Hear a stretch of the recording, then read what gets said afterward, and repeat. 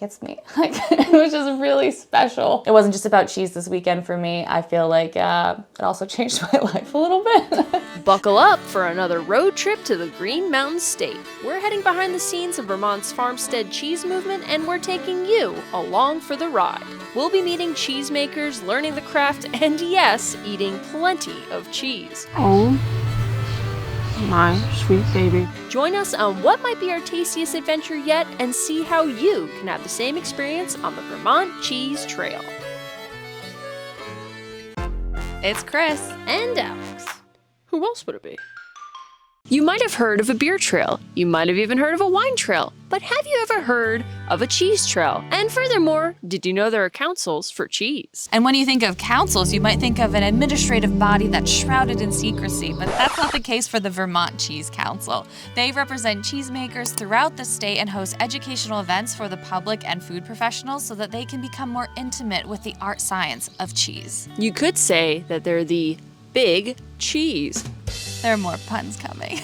So to the Vermont Cheese Council, thank you so much for facilitating this trip. This is literally the weekend trip of a lifetime, and we are so grateful for the opportunity to come here. There are over 40 cheesemakers that are a part of the Vermont Cheese Trail, and we are going to take you along on a few of those stops so that you can get cheesy for your own trip for Vermont Cheese Week in September. Bring your appetite.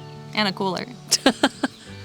First stop, the Von Trapp Farmstead. And yes, it's those Von Trapps. But keep in mind that because Maria Von Trapp sold the rights to her family's story, the Von Trapp family did not profit from the musical's success and still does not to this day. So this farm isn't for fun, it's quite literally their livelihood. They are third-generation farmers and first-generation cheesemakers. To find out more about the other family businesses, check out our Stowe video next. But before we can taste the final product, let's head over to the creamery to see how it's made. After an extensive process of making sure we're sterile enough to enter the creamery, a lot like playing the floor is lava, we enter the room where the magic happens, where Molly Semler gives us the lowdown on making farmstead cheese. So farmstead cheesemakers are responsible for their animals, land, and the products they make. We only use milk from our herd of between 40 and 50 cows, and we turn all of that into cheese and 2 flavors of yogurt. So the benefits of being a farmstead cheesemaker, you are responsible for milk quality, which means you cannot make a good cheese out of low quality milk. You're also responsible for your animal's health and the health of the land that they're on. So that is really important to us because it means that we are creating a system where no part can be exploited, because we are reliant on the animals, we are reliant on the soil, and then we are reliant on the cheese and the cheese quality and selling that product to our customers. And a big part of what happens on the farm happens beneath its surface. When you're aging cheese, you want a cool, damp environment. So we are underground, and so it's easier for us to maintain the environment that our cheeses like. We are not able to do that without other mechanisms. Like, we have a cooler and we have a humidifier, but they don't have to work as hard, basically. We go from one molding process to another. Once the curd is the right moisture and texture, it's time to mold the small batch of their shredded cheese, but not before a little taste. And right now it's like at a high pH. Sure. It's very like milky, but yeah, you can get like the buttery flavor. Sometimes I taste even like a little bit of like corn kernels. I could get this too. Yeah. Do you want that to try? Sure. Earlier today, the cows were milked at 4:30 a.m. The milk was then transferred directly to this vat and is stirred until it separates into curds and whey as lactose is expelled. They wait for the curds to dry down so the right amount of moisture is going into the cheese. The curds are then gathered into the forms, which will mold them into the cheese wheels we all know and love. Molly explains that at the end of the day, the cheesemakers are here for 9 or 10 hours. And because farmstead cheesemakers are also responsible for their waste, they pipe out their excess whey to feed their 30 to 50 whey-fed pigs. And remember, this is Von Trapp Creamery, so one of their cheeses pays special homage to one person in particular. Owen is named after Sebastian's grandmother, Erica. So Erica studied agriculture in Austria. She had dreamed of having her own farm. She met Werner, her husband, Werner is Kurt in The Sound of Music. So his real name is Werner. So Sebastian this cheese, this wash-rind cheese, the stinky cheese, and he named it after his grandmother, who is the one who's responsible for getting their whole family to this land. And he would joke with him to say, like, why did you have to name it stinky cheese after me? I don't know if you can smell it, but it's like cheese is changing, cheese is draining. It smells a lot more buttery, you know, than even just a few minutes ago. I'm just saying, this might be a B-side adventure for Chris and Alex. I think making cheese might be in our future. While Alex focuses on the future, I focus on the present, which involves finally getting to sample the cheeses of the Von Trapp labor, the moment my taste buds have been waiting for. The other thing I love is that, like, even though each cheese is like so distinct, and it's because it's its own distinct style, there's still this like common thread that binds them, which is like the terroir of this farm. It's the same milk. It's like different times of year, you know, like this was last summer, maybe like 2 weeks after the cows went on pasture. These are all on winter milk or like non-pasture milk. Right. And so like their paste is like slightly lighter. Oh my sweet baby. If my wife was not here and your husband was not on this property, wow. The reason that this tastes as good as it does is the temperature. We always used to tell people like 45 minutes before you're ready to serve, but man, you nailed the temperature on that. And the flavor is an important part of cheese and making sure that you're eating it at the right temperature. It's Like get the fullest experience. Exactly, both in terms of flavor and mouthfeel and texture and all that kind of stuff too. So It just feels like kind of tasting like everything that like we smelled in different rooms today all coming together, and I can understand how it makes sense, like what you were saying before about how like smells that are around the area can also influence and like infuse the cheese. This is easy. I mean, even in your short time, you're seeing that like we can basically witness and hear a cow from like anywhere we look, that we live kind of amongst these cows. They go behind the house at night and they're across the road in the day.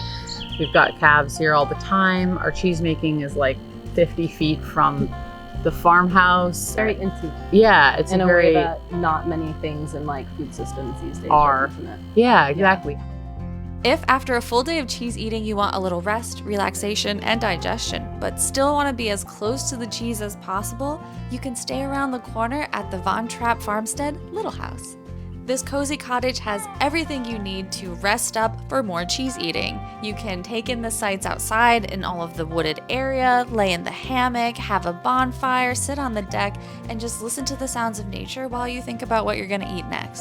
And they have a full-size fridge because you know you're gonna need to stock up and pack your cooler for the way home. And with a new day comes many an opportunity to try more cheeses and to see how cheesemakers cheesemonger. So today we are here at the Waitsfield Farmers Market to see all different types of artisans showing their baked goods, their wares, the things that they've crafted with their hands. And it's especially cool to see the Von Trapp Farmstead here showing as well, to see the pipeline of how it goes from creating the cheese to then being a cheesemonger and selling it to people. If you're a vendor, you're part of the family, and so it's like a very supportive community of people. And even on the slow days, we don't mind a whole lot because we get to like actually talk with our neighboring vendors and like have that connection with other makers. What we've learned is that a lot of cheesemakers will come to these markets in order to introduce themselves to people who maybe aren't from their side of Vermont, or people like us who are traveling out of state, who when we go into a grocery store the next time and we see that cheese, we recognize it, we remember what it tastes like, we see that it's a familiar brand, and we want to take it home with us. Next stop, Three Shepherds Farm for a cheese-making lesson. We met in Virginia and got married and moved over to England. And he was doing a postdoc working with Chinese Meishan pigs. And I was working with Professor Lamming on mad cow disease. Wow. So we lived. You know, we all need to goof off now and then. So I was in the library, supposed to be looking up some articles, and something on the highest shelf caught my eye. And it was the British Sheep Dairy Newsletter. Now, I had a PhD in animal sciences, which meant I had classes in all sorts of livestock production, from poultry, cattle, pigs, sheep, etc. And the professors had never mentioned the idea of milking a sheep. And I came home with these photocopies. I said, you got to see this. I said, I know what we're going to do next. We're going to milk sheep and make cheese. And I'm Irish. And Sure. I said, we're going to milk what? you know, just like there's beef cattle and dairy cattle, there's milk sheep and wool sheep or lamb sheep. In 1993, not very many Americans would have known that there was sheep milk cheese. Totally. Even though they might have been eating it. I had no idea that pecorino meant from the sheep. You also think of the timeline too, right? Like the 90s, we're still in like the plastic cheese. Yeah. thing, Oh, yeah. thing, Yeah. you For know? sure. Yeah. So Yeah. the whole concept of like craft cheese or craft anything is Right. still, I mean, Right. so you're Yeah. pioneers in my Yeah. opinion. You know, being here in Vermont, the sunshine, the grass, just that energy you're consuming. It's that one product, but Right. it's the circumstances of the Right. product, right? Yeah. And with that, it's time to make some fresh ricotta from scratch. And this time, the cheese making is in our hands. Vinegar, 2 heaping teaspoons of the salt. And what you're going to do is pour it as gently as you can so you don't get a whole bunch of bubbles. Okay. You know, so just get a nice stream going. Because the idea is that if you get a ton of bubbles, the vinegar gets all caught up in the bubbles. So move the vinegar all around. There you go, like that. While Larry tends to the cheese, we get the chance to chat dairy with Linda. Where's my milk from? You can look. The milk is stamped and it says here 50-13. That's the plant number. So 50 means it's from the state of Vermont, and then 13 is for Booth Brothers. So Booth Brothers gets their milk from Vermont and New England. Cheese making took us all around the world. We've taught all across the United States. We've taught in Bermuda, in Belize, and we've done consulting in Colombia, South America. Oh my And it's very cool. So funny, when I was inside, Larry said that you both helped open up a deli in Belize. Yeah. Yeah. There were 3 of them. Insane. Do you have like a dedicated phone in your house that like people just like contact? A cheese You know what I mean? It's like hotline, a cheese honestly. hotline, and it's like who are you gonna call? And it's Right. like Larry and Linda. And speaking of calling, Larry calls us in to finish the job. Right before the ricotta is getting ready to form, you get some foam on the surface. Yeah, You can see it's just starting. The curds are just starting. So what happens is the cheese forms a cap over the whey, and the whey's getting pretty hot now, and the steam wants to escape. So the only way it can is kind of make a crack in the cheese. So that's usually a good sign. And you see how yellow the liquid's getting now? Yeah. It doesn't look like milk anymore. It smells so good. But I'm getting Yeah, it's hungry. a very unique smell. That is beautiful. The Island. texture. And it's crazy how quickly this all happened.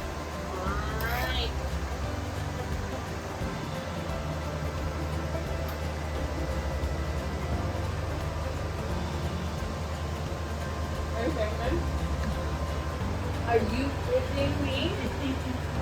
Wow. This is just, the fact that you teach this is just spreading joy. Smells so good. Like, are you kidding me? Right? I could cry. That is delicious. That is so good. And I feel like I've never had it like freshly and warm. Usually it's cold when you buy it. And you'll notice that, like, Completely different. a lot of times when you buy whole milk ricotta, Yeah. or skim milk ricotta, Oh. then it has like a 30-day shelf life. Yeah. This is meant to be eaten like within a day or two. Immediately. Yeah. And once you salt it, impress it. Because you could do veneer, or you could do ricotta salata. There's only one thing left to do: eat the cheese of our labor. The fact is, making cheese with professionals like Linda and Larry is a delightful experience, but sharing time with them and taking in their wisdom over a home-cooked meal is even more exceptional. This is a lunch we won't soon forget. I cannot tell you how enlightened we feel, and it's not just from the cheese we ate. Like how Linda was saying, there are certain elements in cheese that just make you happy. All of the cheesemakers that we've met in Vermont, they all have a story, and all of those stories are very uniquely different, but there is this one common pattern that seems like they all were called to cheese making somehow, and sometimes that looked different or it took a long time, but the universe always kind of tried to push them into cheese making. It's also so fascinating to see how much we have in common with each cheesemaker outside of cheese, or how there are certain things involved in cheese making that overlap into our lives and what we do and who we are as people. And I feel like it's just a great unifier. Linda and Larry were also saying how cheese is also a great filter. Like, normally they can get a feel for people during the cheese making process if they're gonna get along. And normally if people like cheese, they tend to be fun, nice people. And they've said after 6,000 classes that they've taught, there's maybe only 3 people that they wouldn't invite back. Honestly, I would recommend booking a class with them, whether you're interested in doing cheese professionally or you just love cheese like us. And they said a lot of people who take their classes, a lot of them leave to do commercial cheese making after. And there's a group that, you know, they enjoyed the experience, but they're gonna go back to buying their cheese and just having a different appreciation for it, which all are fine. It would be an absolute injustice for us to try to tell the story of Linda and Larry.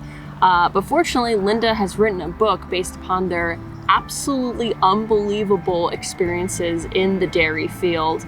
Plus, they also were featured in a Netflix documentary. So if you want to know more about these 2 amazing people, go check it out. Last stop, Fern River Farm, a new generation of farmstead cheesemakers who expanded to this property in April and faced the unique challenge of producing the same year that they are settling into a new place. We both grew up in the suburbs, pretty much. Oh, wow. Yeah, like not doing anything livestock related at all. I've just like always been really interested in animals. Yeah. So I was kind of like, okay, what do I do with a science degree? True. Oh, so this is our lamb. Oh! They're hanging out.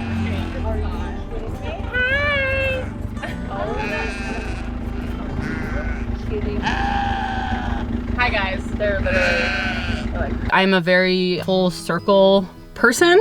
Yeah. I really like being able to like see the whole picture, you know, like see like the whole thing from like start to finish. Have lambs or calves like be born and like raise them on our farm, and then like be able to grow them up, watch them get bigger, you know, become adults, and then like end up being part of our milking flock. We get all of our wool turned into yarn, and so like being able to like see the wool become an actual like finished product that I can then knit into a hat or, you know, like make into a usable thing. But having the yarn to be able to like have other people buy it and make things for people that they care about, or like make a sweater. And like I love when people tag us in the stuff that they make. Seeing people that are like way better than me be able to like make something awesome like is just like super fulfilling. I think that's ultimately how I ended up making cheese, because it was like being able to, you know, essentially cradle to grave, like the whole process of like raising the animals, actually being the one milking them, then taking the milk and like making it into a thing, and then being able to like feed people with it, have people enjoy it, and like know exactly what happened like every step of the way is just like such a reinforcing thing for me. Christine then takes us on a tour to meet her other cast of characters. This is our milking room, all 4 of them. Hi, girl. I won't even move out of the way of the ranger. Like this morning, I was trying to drive up. Gosh, you're so sweet. That probably feels really good. Hi. Itchy animals, right? Yeah, I was walking over as soon as somebody's in here. Like, oh yeah, okay, of course. Yeah. And while I'm making besties with Clover, Chris gets to be up close to a cow in a way she always dreamed. But yeah, they like really like getting their heads scratched, especially behind the little like nub on the top of their head, because it's like a spot they can't really itch on anything. Like inaccessible. We got thumbs, you know? Staying smaller and like being able to have it be sustainable with just the 2 of us. The ideal plan is to intentionally not have to hire people to be able to do the scale that we're at. Unfortunately, which obviously is like very much central to kind of what's going on right now in the country. Yikes. Like farm work is not very well paid work, generally speaking. Farm work is often categorized into unskilled labor, which is crazy to me, especially like now having done it for years. Like it is insane how many hats you have to wear. You have to be a grass farmer and livestock, you know, at least like marginally medically aware of like issues that can happen in the different species that you have, and you have to know how to run equipment, how to manage your soil so that you're getting the best feed. Like there's just like so many things. So the fact that it's like considered unskilled labor is like so insane. You know, you're essentially running like an ecosystem in a lot of ways. Making farm friends certainly works up an appetite, so it's time to head back down to the house. Seeing how happy Christine's animals are is an indicator of how good their cheese is about to be. When you started making the cheese, did you like gravitate toward it, or Like because it's so like chemistry oriented, it actually did feel like relatively like, oh yeah, this makes sense to me or whatever. It's like, it kind of does feel like science/chemistry. Christine lays out a spread of their Gouda, Tome, and Fromage Blanc on the wood board her partner Pat made, and next to cups she made as well. and like that? I'm sorry, that hits. Thank you. Yeah, so that's a fresh cheese that we only make like during the farmers market season. Oh, it has really good smell too. Oh my god. I think that's my favorite. Is it? There's something about it. It's almost like cream cheese, but not in the same way at all. And Yeah, it's like just the very texture. like sweet, but also acidic. And then with the salt and the pepper on it.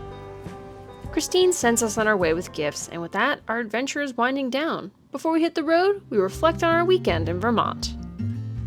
I think that when we were coming up here this weekend, I thought we were gonna taste some really good cheese and get up close with farm animals, but honestly, it ended up being so much more than that. I think that it changed so much of my perspective of food. I think nowadays the majority of us are so far removed from where our food comes from and how it's made, that when you get to do experiences like this, it gives you back that respect and appreciation for the food that you're eating.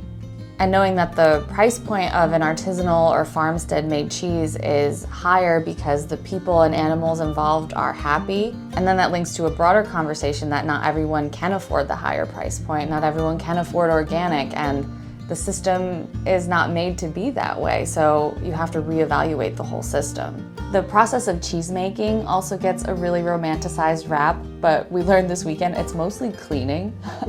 It's like a very sterile process. There's a lot of science involved. Things have to be very clean and exact in a certain way.